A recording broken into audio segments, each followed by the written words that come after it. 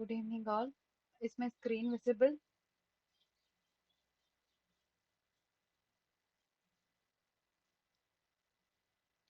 Is my screen visible?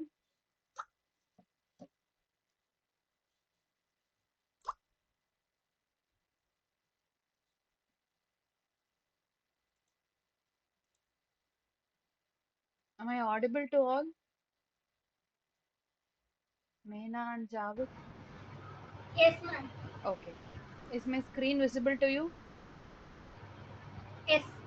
Okay, thank you. Let's start week 10 live session for the course Characterization of Construction Materials, and I'm Nilakanmani. I'm one among the NPTEL TAs for this course. So we have three weekly live sessions for this NPTEL course on Friday, Monday, and Tuesday. So today is Monday's live session, and let's get into this week's uh, yeah, sorry, the number is wrong. It's week 10. Okay, for week 10, the spectroscopy techniques, how we can use spectroscopy technique to uh, how we can incorporate that to identify or characterize construction materials. Okay, so this week we'll be dealing with the questions from week 10 content, that is spectroscopy. The first question for this week is already launched in polls. You can find the question there and you can give your answers. Question 1 is, which of the following spectroscopy technique can be used to study molecular structure? So we know that there are different spectroscopy techniques that exist. It can be absorption or emission, or it can be from different wavelength range. If we use the wavelength from UV, then we call it as UV spectroscopy. If it's from visible light, then we call it as visible light. And if we use infrared range, then we call it as infrared spectroscopy. So, which of the following spectroscopy techniques can be used to study the molecular structure of the sample? Okay, let me start timer for a minute now. Please give your answers in polls. To the people who have joined new or doesn't know how to give the answer in polls, to the bottom right corner of your screen, there is an option called activities. If you click that, you can find four options. So out of that, you have to click polls, there you can find the question launched in polls, or you can type the answers in chat box.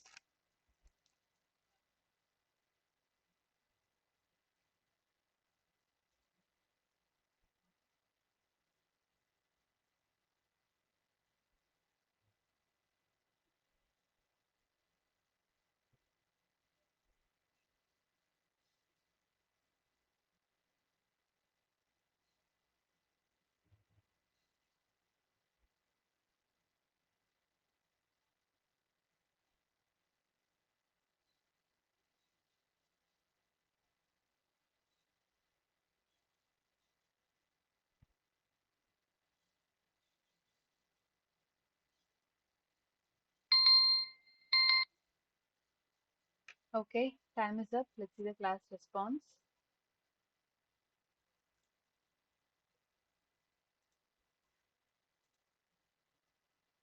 No one gave me answer. Okay, this is a very tough question. Okay, let's see the solution now. So when it comes to molecular structure, in if you see rest of the spectroscopy techniques, there we can see different uh, obs- we can see different absorbance from the sample once this particular electromagnetic wave goes and interacts with the sample. See, when it comes to an electromagnetic wave that comes and it interacts with the sample, then there is an outcome. It can be absorption or emission, uh, and because of the absorption or emission, like whatever happens there, okay, it will produce if it comes to FTIR, it absorbs, it goes to higher energy level, and then it starts vibrating or stretching of bonds. So in that case, we can identify certain type of bonds, and if particular type of bonds is present, then we can identify, okay, this type of chemical can be present in the sample. So from if it has silica tetrahedra peak, like if if CSH is not detectable from XRD, we all know that we do XRD to identify phases, but in XRD CSH is not uh, CSH peak is not visible in XRD, or always it is combined with the calcium carbonate peak. So never we quantify CSH from XRD. but we can identify whether CSH is present in a sample or not using FTIR. So in that case, with NMR, it what happens is it uses radio frequency radiation, uh, and it interacts with the sample, and it what happens is it induces transitions, and particularly it produces nuclear spin states of samples. Okay, so here this particular step is from the lecture, most useful for determining the structure of molecules because different atoms in a molecule experience slightly different magnetic fields. And I don't want to get you into much of the cement chemistry subjects here, but if you take CSH, if you take a CSH, it's kind of a sheet kind of an arrangement in CSH. Okay, so in that case,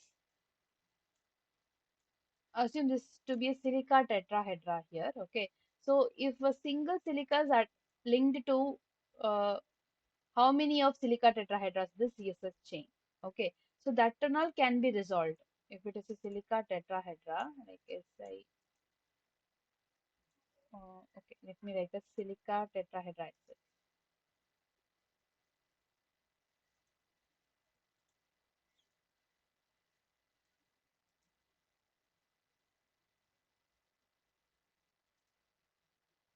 Assume this to be a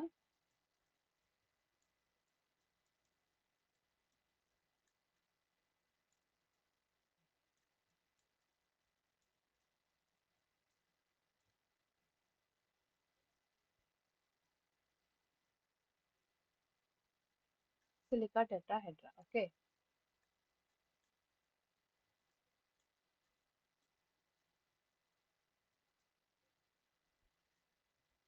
so okay, before getting into the topic, did you guys watch the video?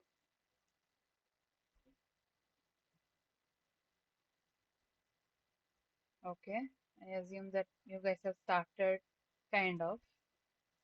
And mm, what do you think? Why we use spectroscopy after all? Like, why we use spectroscopy mainly? Do you guys have any other idea? Any idea on why we use spectroscopy? Can you say why we use X-ray diffraction? I suppose you guys know particularly about X-ray diffraction, right? Mm. Okay, why we use calorimetry? It's very, very simple question. It's a week one or week two content. I hope you guys have studied about calorimetry at least, and you guys have submitted assignments from the topic. So why we use calorimetry? Okay, maybe let me go to the chat box. Maybe you guys are replying there.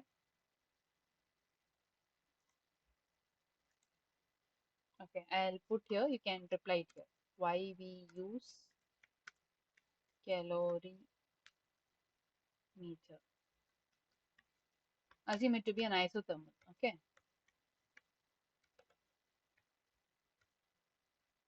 please reply here, or you can unmute and tell me also. No issues. Even if it's wrong, I don't take it personal in any way. So you can come and answer. It might be helpful for you if we interact here. Yeah, I know that we'll have a live session for a hour, but that 1 hour should be Heat helpful for both flow. of us. Yeah.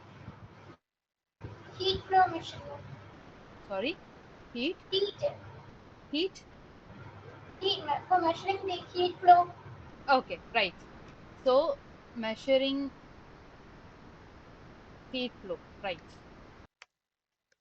So from that, what we do from measuring heat flow, what you can understand.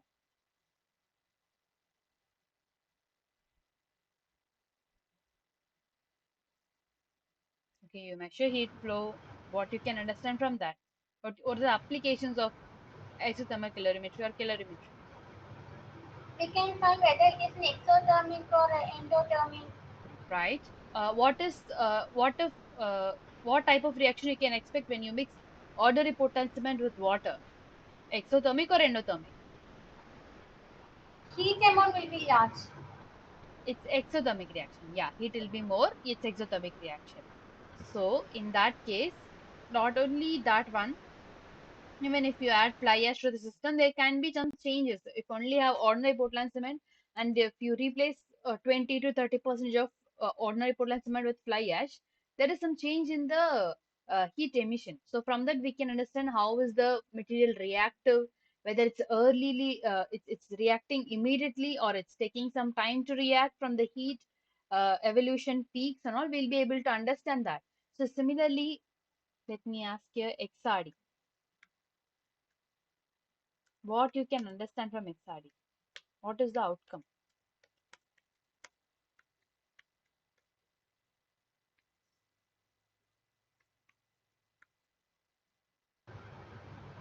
Mineralogical Mm. to find Mineralogical mineralogical characteristics. composition of this. If you take ordinary Mineralogical Portland cement, yeah, right. So if you take an ordinary Portland cement, so from that you can understand the mineralogical composition of the particular cement, right?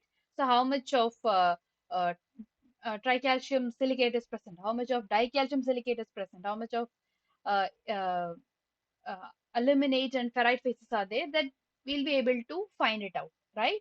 So in that case, if it is an amorphous material, will we be able to observe any peaks for amorphous material in XRD, X-ray diffractogram? No one. No, right. Thank you. So usually we used to observe if it's a reactive silica material, say it's a fly ash, and if it has some reactive silica and alumina in it, then we'll observe if it's copper K alpha radiation, then if it's 2 theta range, then 20 to 30 is the theta range in between where we observe hump, an amorphous hump will be there, from which we'll be able to understand that it has some reactive material in it. Okay. So similarly, what do you think about FTIR? So if it comes to amorphous material, we'll not be able to detect, right? Then we use internal standards or external standards to understand what is the percentage of amorphous material in the sample, right? Let's finish XOD here. Now we move to FTIR. What do you think about FTIR? What you're able to resolve? What do you think?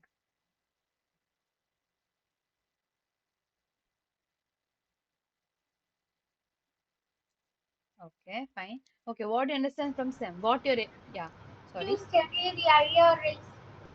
IRAs. See, Infra. IRAs is the source radiation. It's an electromagnetic wave, all right? It's a source of it's a source radiation. It comes and it interacts with the sample, and then an outcome is there, right? So, what do you understand from the outcome, and what outcome do you expect? Okay, that is my question. So, last week, we had SEM content, right? What do you understand from SEM?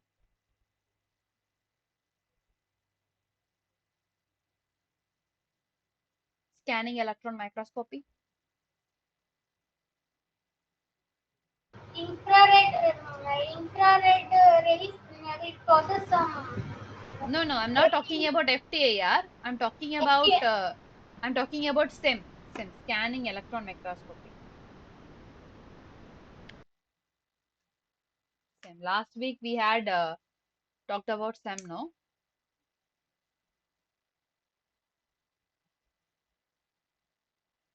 You were asking me about image analysis and all, and will we be able to identify different phase using this? And we discussed about where we can use XRD, if we can identify the phases from XRD, why we have to go for SEM and all. That part was there, no? Right? For giving signal information. Okay. So what happens is we have an electron beam. That electron beam will come and interact with the sample. So what happens if the electron comes and hits the sample? There can be different responses observed, right? So in that case, okay, let me do one thing. Let me open the PPT and then okay. So in this case, let me take a pen here. Please unmute yourself and talk to me. Okay. So in this case, if we have a sample here, if electron comes and hits here, so there can be different responses. There can be secondary electron. Okay, I'm writing it as SE. This is an electron beam. I'm not talking about the source and the uh, different coils here and all. I'm not talking about anything. I'm just assuming it to be electron beam coming out, and then there is a secondary electron, and through the path of the beam itself, there will be a path, and outer to this, there will be. So here we normally keep a secondary electron detector. Okay,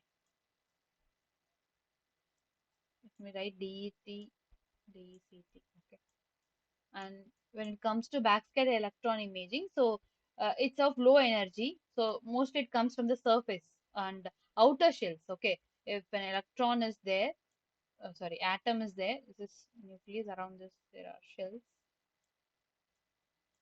Okay, so the outermost electron is there, no, it usually get knocks off,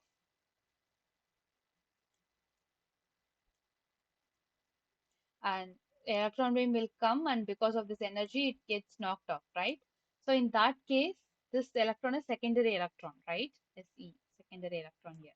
And when it comes to backscattered electron, so it comes, when it comes and hits the nucleus, okay, nucleus, it, the same electron beam get reflected, right? So in that case, it has high energy based on the energy, based on the nucleus. If it's a heavy element, then the strong radiations will come back. Okay, so through the path of the electron itself, we have one more detector here to the outer side, that is backscatter electron detector. So it detects. And addition to this, if we have an EDX detector also, we'll be able to detect the X-rays generated, because when an inner shell electron is knocked off, similar to an outer shell electron, let me take a different ink.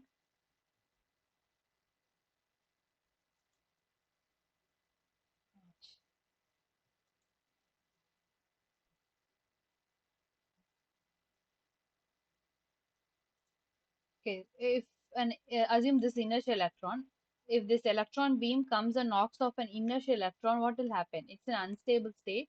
Then an outer shell electron comes and tries to fill the space here. So in that case, there will be reduction, and the outer shell electron will have higher energy. When it comes inside, there is lower energy, right? So in that case, this difference in the energy level, this difference in the energy level is emitted as X-rays.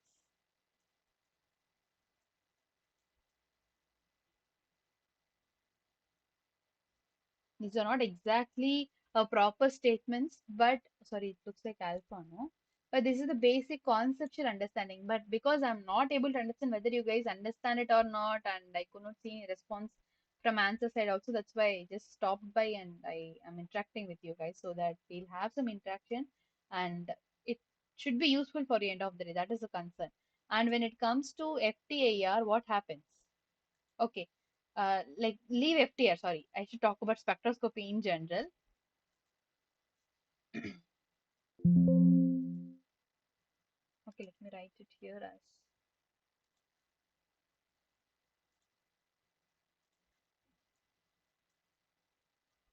this is SEM basics, right? Okay,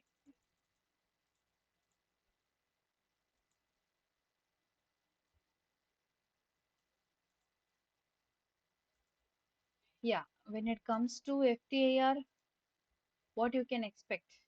Sorry, spectroscopy, what you can expect? What is the outcome?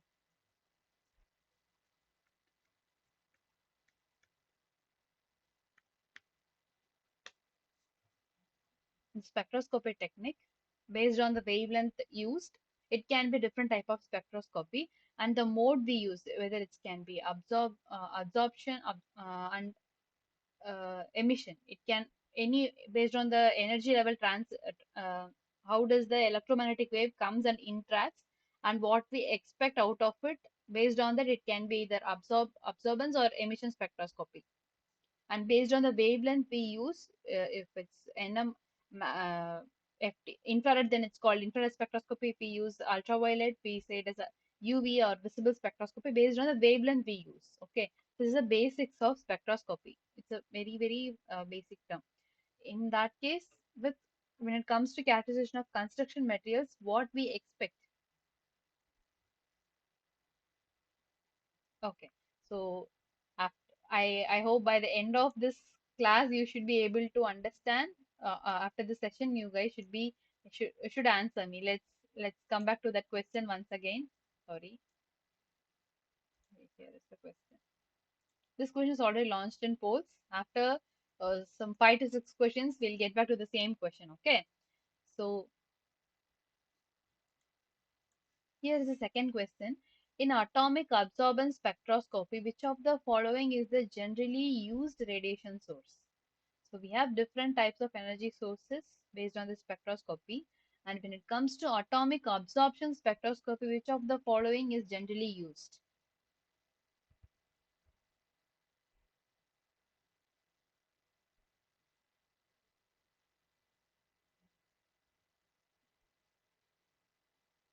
I've started timer for a minute.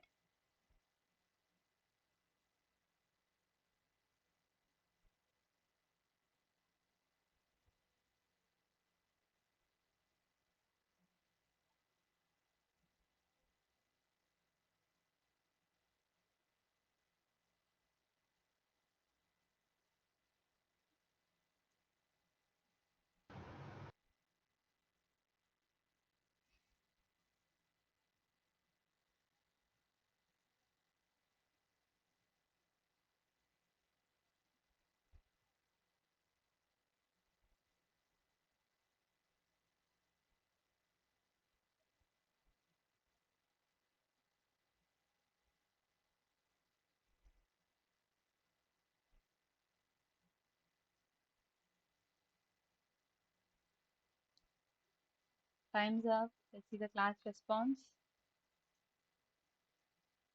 Option D. Okay. In polls, is there any answer?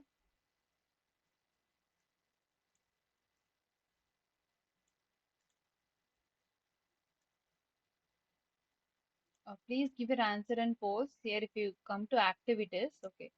So when nothing is there, here there is an option called activities, a triangle, square, and a circle together. If you click that, there are different options. Out of that, click polls, and you will be able to see the questions launched.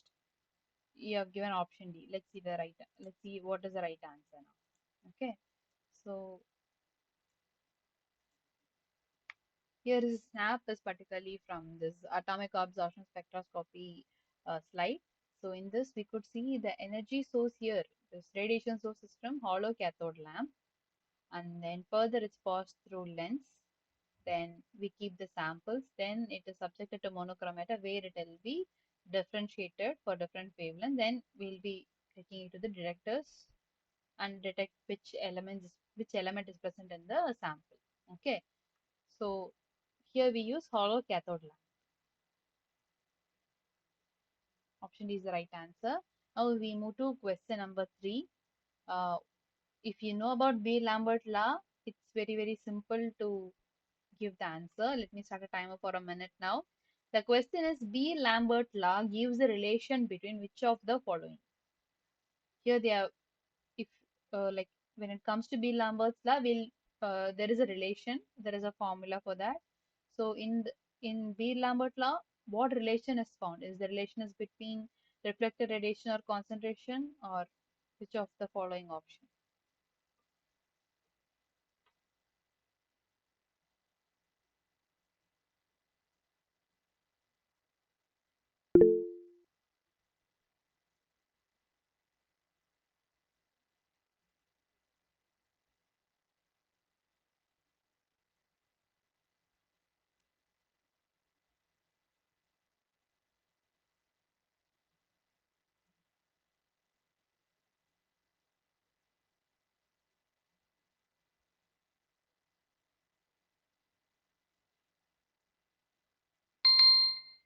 Time is up.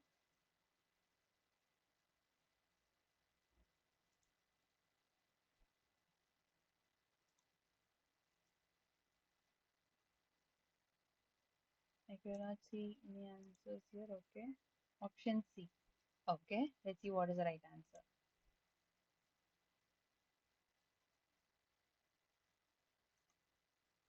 So the correct answer is nothing but option C. We find the relation between energy absorption and concentration. So this is Beer-Lambert's law formula. So A is the measured absorbance, so which is equal to alpha multiplied by I multiplied by C. So here alpha is a coefficient, and when it comes to L is nothing but path length, and then C is the analyte concentration, which is nothing but the concentration of the particular element that which you are interested. For example, if you want to measure silica concentration, then silica is your interest, so C is the analyte constant of silica. Okay, so it's a relation between energy absorbance and the concentration. Right, now let's move to question number 4. So this is a very simple question. If you know basic physics, you will be able to understand. So we have to match the type of electromagnetic radiation with the order of their wavelength. Let me start timer for a minute.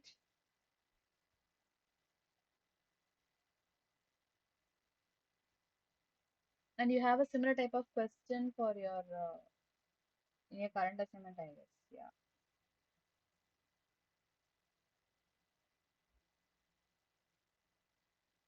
Please type your answer in the chat box.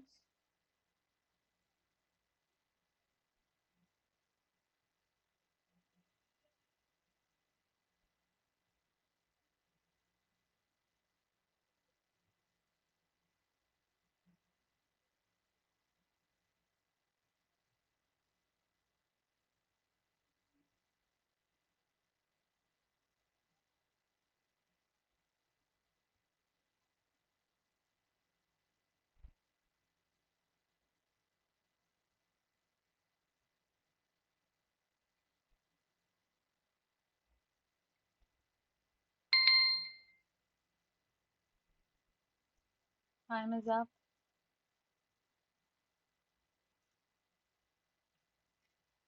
Okay. No answer given here. Nice. Okay.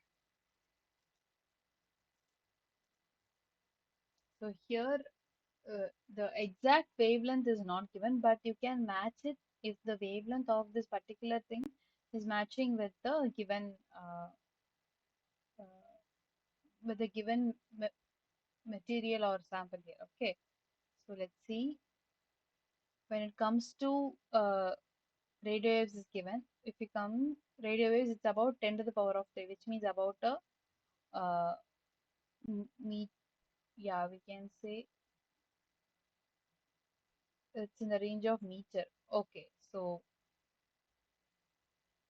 it's in the range of 10 to the power of 3 meter. And if you see in that case, so we can match radio waves to tall buildings. And when it comes to, well, let's take gamma rays. If we take gamma rays, it's in the range of atoms or nucleus. So we can match it with the atomic nucleus. Okay, so sorry, atomic nucleus. When it comes to radio waves, tall buildings.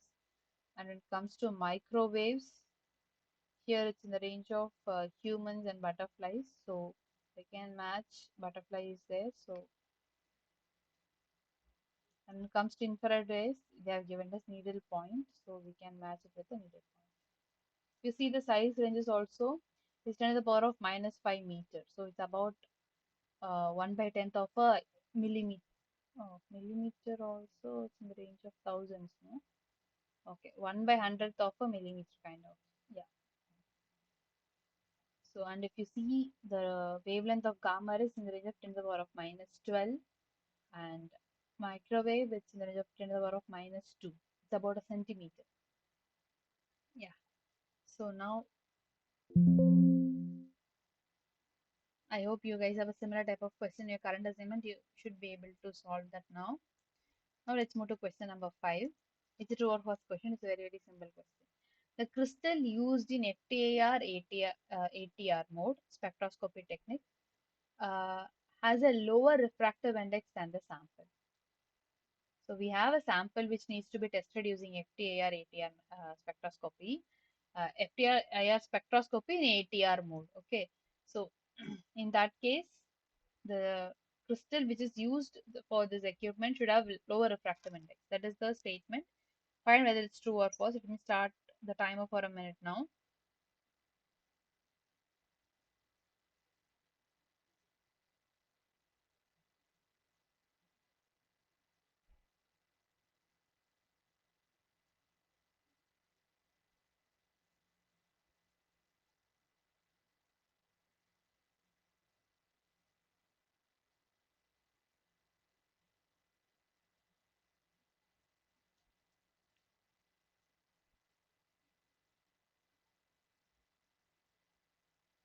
So initially in the lecture also, if you see, initially sir have discussed about uh, infrared spectroscopy, then they would have discussed to ATR separately, right?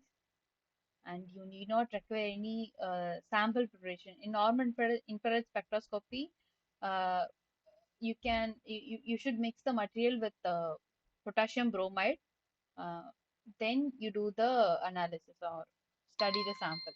But when it comes to FTIR, ATR mode, in that case, you need not prepare the you need not mix the sample with potassium bromide. So in that case, so they in normal infrared spectroscopy technique, they just mix it with potassium bromide and make it as pellets.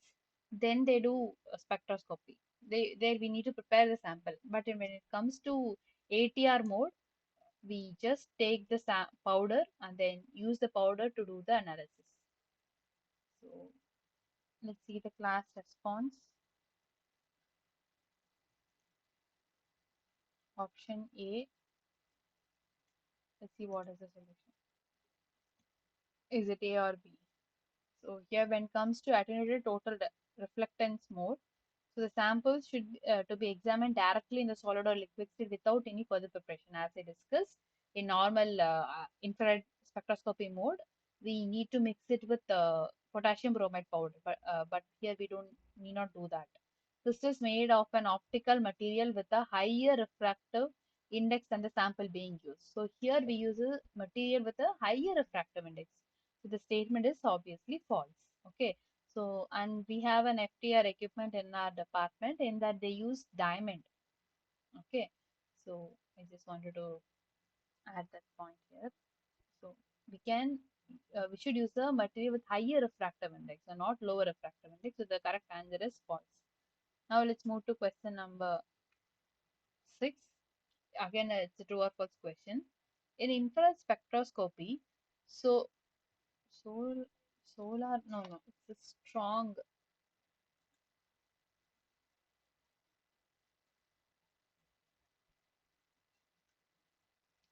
strong polar bonds are difficult to detect. That is the statement. Let me start a timer for a minute. So, infrared spectroscopy, we use infrared electromagnetic wave. It comes and interacts with the sample, and then there is an output. So, in that case, they are saying if the sample, whatever you want to study, the sample is made up of strong polar bonds. The bond between two molecules or two atoms are strong polar bonds. So they're saying if it has strong polar bonds in between two atoms or two molecules, difficult to detect such kind of samples in infrared spectroscopy. Is that so?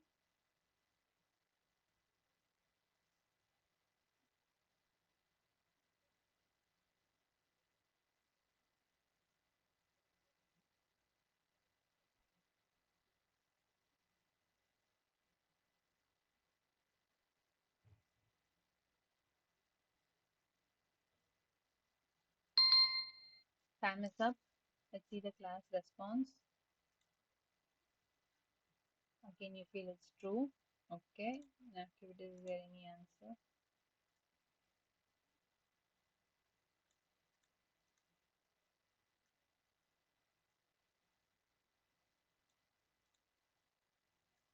Okay. Yeah, no response from 4. Okay.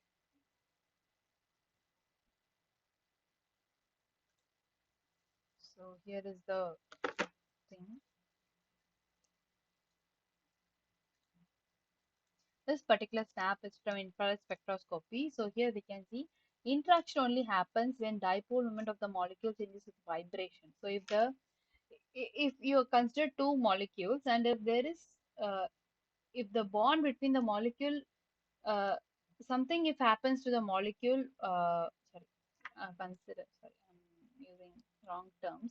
So if we have two molecules, okay, and if it's joined by a bond, double bond or single bond, assume it to be double bond now, for example. So if you have an infrared spectroscopy, I write it as infrared itself, infrared IR. wavelength comes, the electromagnetic wave comes here. It interacts with the sample and it goes back. So here something happens, right? Something happens to this bond here. So in that case, interaction only happens when the dipole moment of the molecule changes with vibration. So something should happen to the bond here. Only polar bonds are infrared active. So only if there's a polar bond between two molecules, it's infrared active, which means infrared rays will come and it will make some changes to the bond there. Either it will stretch or it will bend, like that it can happen, any kind of interaction. Then they are giving strongly polar produce strong spectrum. So in that case, strong polar bonds are not difficult to detect. It's easy to detect compared to the other ones.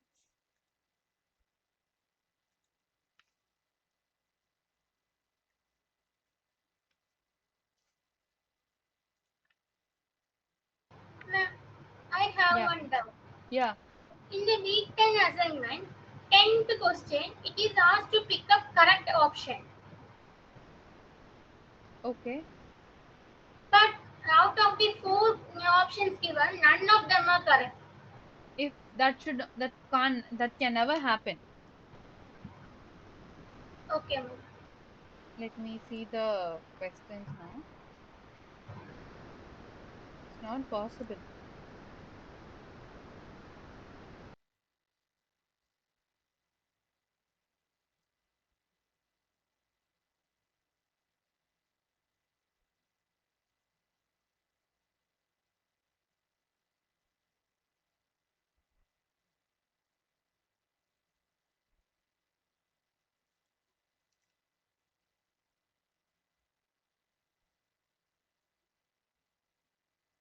Question number 10.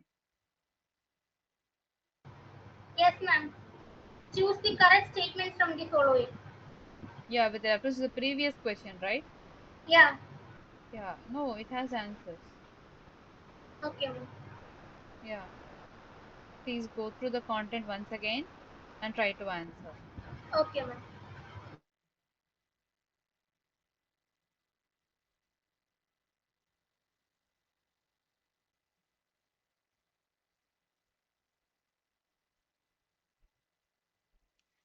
Okay, then. So now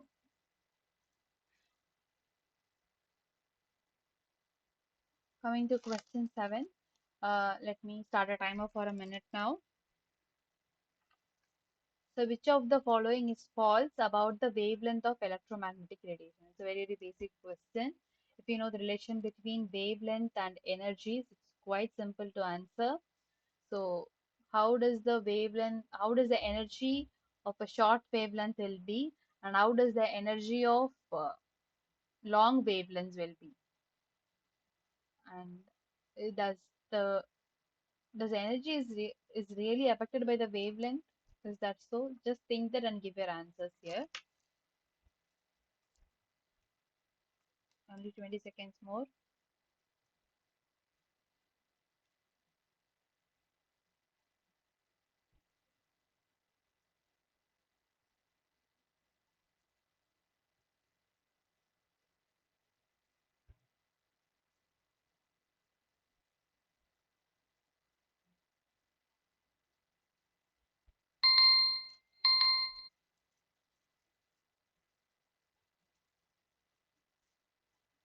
Time is up.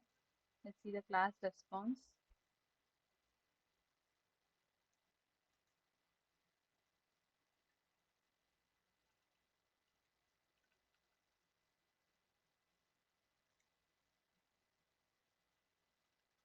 Okay, no response from the class. Let's see the solution then. So the correct answer is nothing but energy does not depend on wavelength, because if you know this, it's very, very simple. How does the energy of photon is related? E is equal to h mu is the formula. Mu is the frequency, and we know the frequency is the inverse of wavelength. If you take frequency,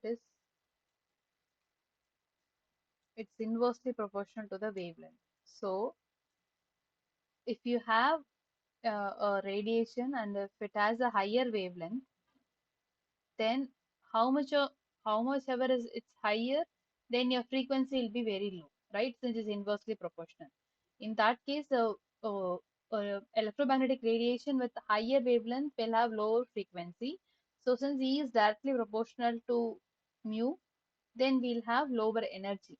So if the radiation has long wavelength, then it has lower energy, and if it has shorter wavelength, then obviously 1 by lambda, it will be assume it to be near to 0, then it will be very very high, no? If it's 10 to the power of minus 14, then obviously when it comes up where, since it's inverse, then 10 to the power of 14.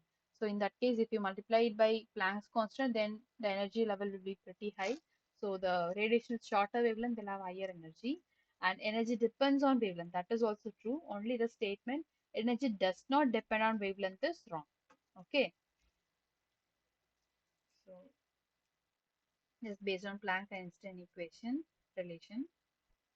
Now we'll move to the next question. The question number 8 is, it's a multiple select question, so you can't give the answer in post. You should give the answer in chat box. Spectroscopic techniques in cement research can be used for which of the following applications? So I told you what you'll be able to understand and all. So if you know only about what is spectroscopy, then you'll be able to give the answers. Okay, let me start the timer for a minute.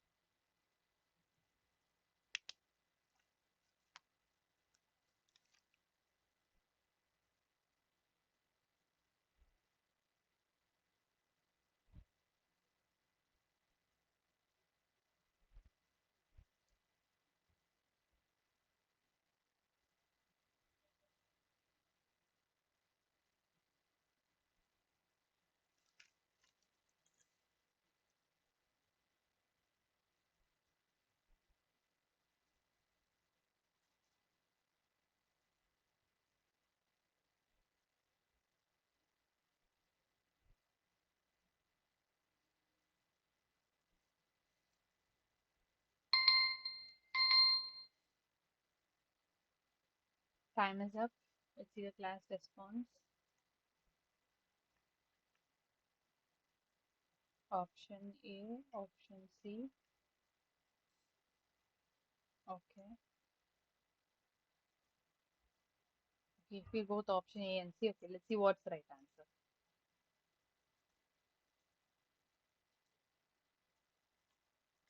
And before, while we're discussing about XRD technique, I also discussed about XRF, right? XRF,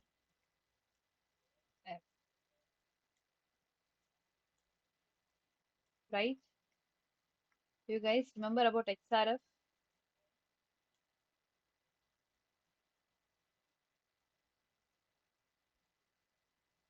So from XRF, we'll be able to understand elemental composition, and XRD, we'll be able to get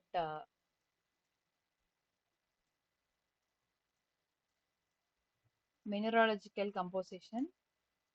Particularly if it's a crystal, then it will have a then we'll be able to identify the lattice parameters. So from that, we'll be able to identify which type of crystal is present in the sample. So from XRD, we'll be able to understand mineralogical composition, what phases are present there.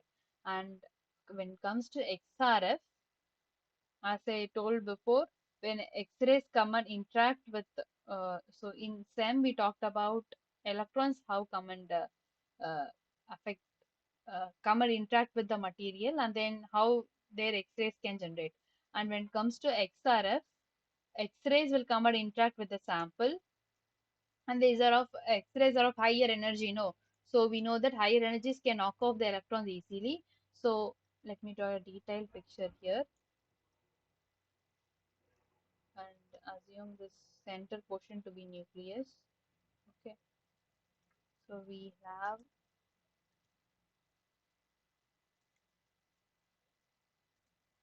So we'll have two atoms here in the inner shell, and assuming we have only four atoms here. Okay, only we have four atoms here. So in that case, when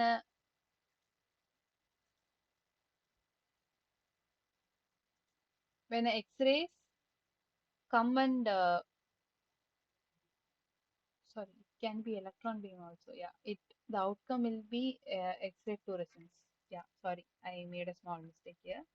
So in that case, if high energy material comes and hits the sample here, when it tries to knock off, don't assume of lower energy. If it's only lower energy, it will be able to only knock off the outer shell electron. If it's an higher energy beam, then it tries to knock off the inner shell electron. But knocking off the inner shell electron is not easy because it's tightly bound to the nucleus, no? So it's not that easy to remove that electron out. So only if it's of higher energy, then it will try to knock off the inner shell electron.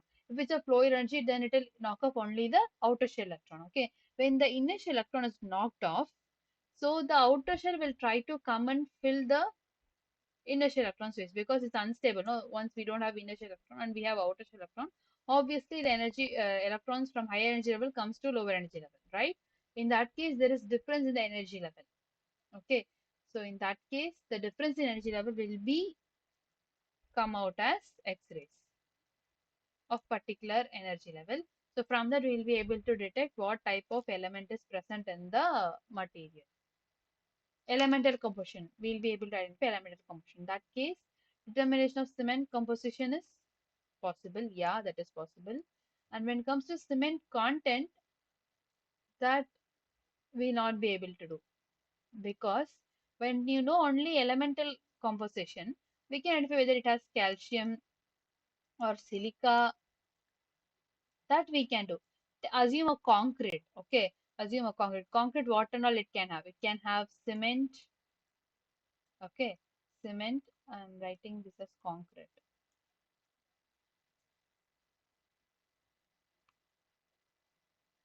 Okay, concrete, it will have aggregates in it,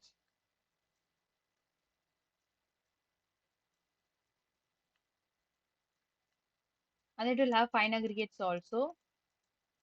So the unmarked one is the cement paste.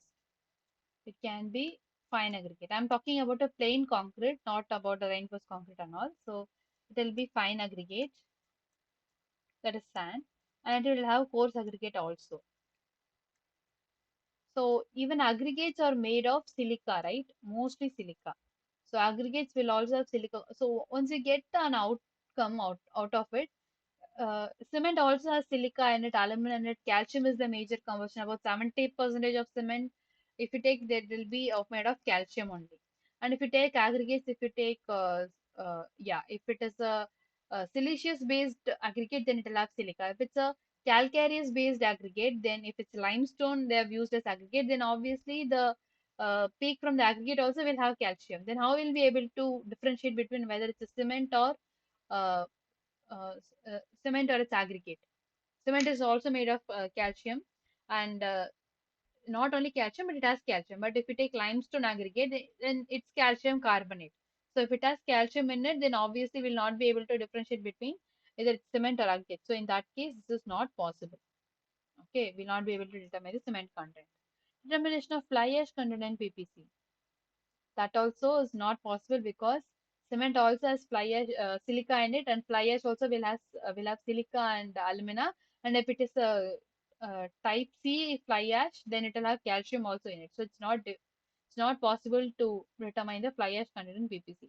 But in to certain extent, we'll be able to identify it from XRD because in XRD we'll have definite peaks for C3S, C2S, C4AF and all, and we'll be able to identify the amorphous content in fly ash also using XRD. And if it has quartz in it, we'll be able to, obviously quartz will not present in OPC cement. So if quartz is in, it's part of fly ash, and if it has mullite in it, then obviously mullite, quartz, or the crystalline phase is present in fly ash.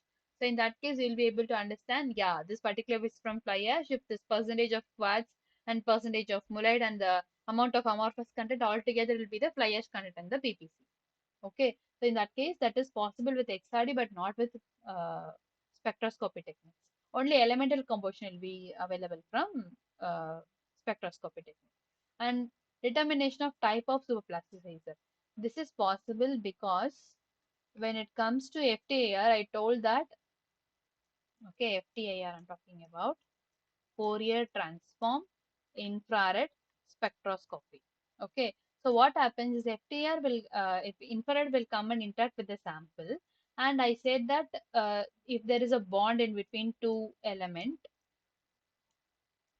okay, then it absorbs the energy and it goes to a higher energy level. In that case, this bond will be subjected to any of the it will vibrate. It can stretch or it can bend or it can deform. Anything can happen to that particular bond. So in that case, at which particular wavelength this bond is vibrating. In that case, we can relate that to the presence of certain uh, compounds in the sample, certain molecules in the sample. So in that case, you'll be able to identify the type of superplasticizer. Okay. So now, are you guys fine to continue with the class? Still, we have two more questions. Ma'am, I have one more doubt. Yeah, Because in the previous question, you had explained the relationship between the energy and wavelength and the frequency, no? yeah. But with that concept, if we are implementing in the assignment question, then it should be less than, no? But here the options are greater than. Where? You told that energy is inversely proportional to wavelength.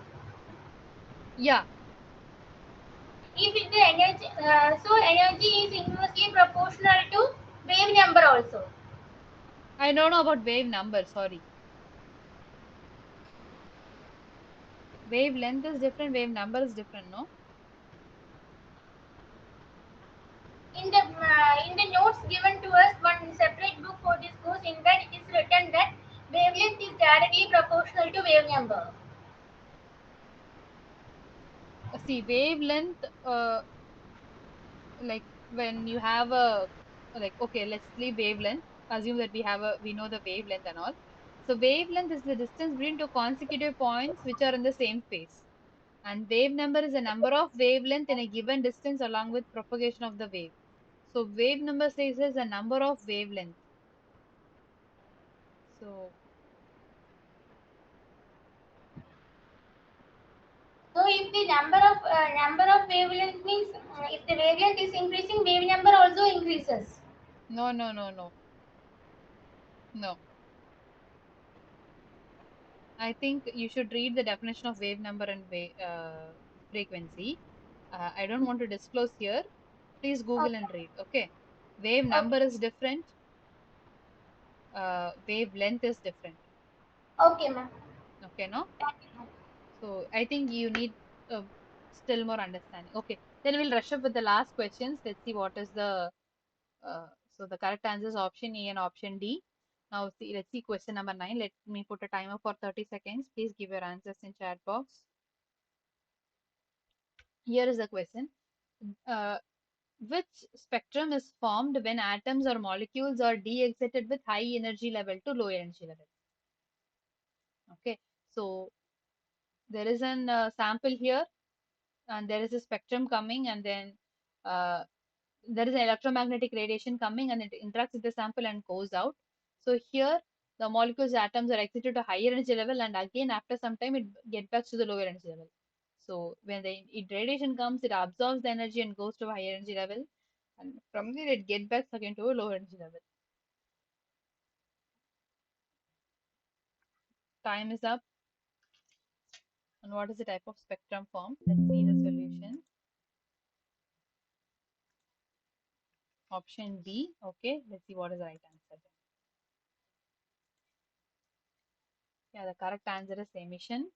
So when it goes to higher energy level, then we call it as absorption. If you take the higher energy level spectrum, then it is called atomic absorption spectroscopy. Once it goes to higher energy level and come back to lower energy level, if you take the spectrum of that, then it is emission spectroscopy. Since it's emitted, it's emission spectroscopy.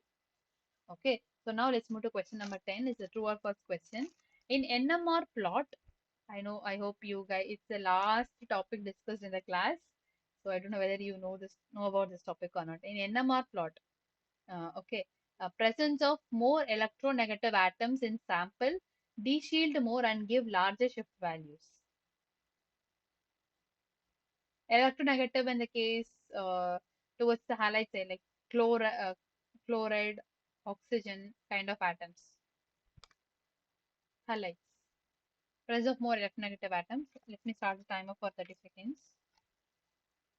So, for example, we can take chloride as an example, best example, electronegative atom in sample. If it is there, then there will be more de-shielding happening and it gives larger shift values. Is it true or false?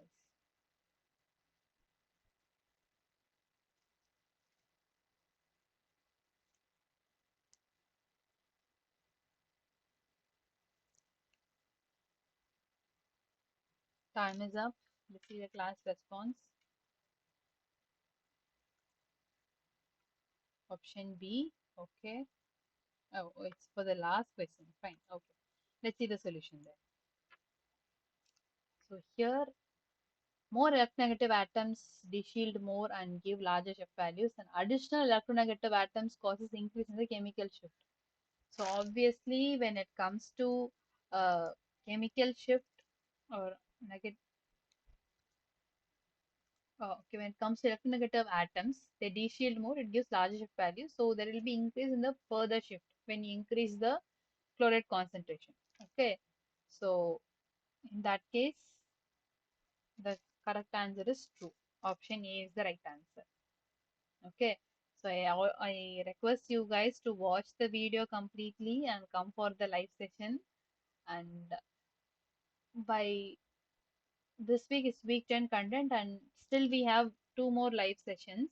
And apart from that, we'll have one more live session, final live session, in which we are planning to discuss much of the numerical problems or some of the conceptual questions to revise all together.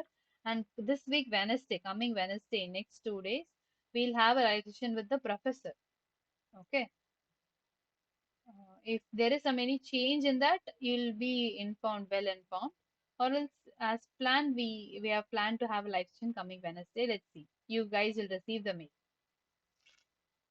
Okay. Any more queries?